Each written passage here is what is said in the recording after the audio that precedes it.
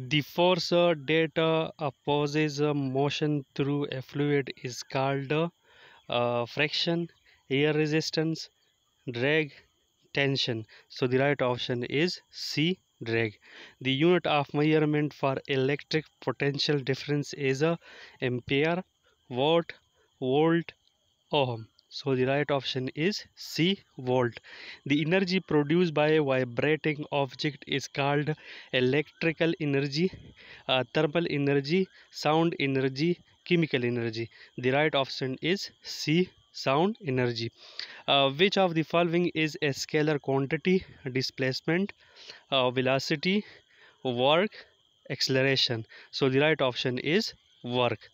The type of mirror used in rear view mirror of vehicle is a convex lens, concave, plane, cylindrical. So the right option is concave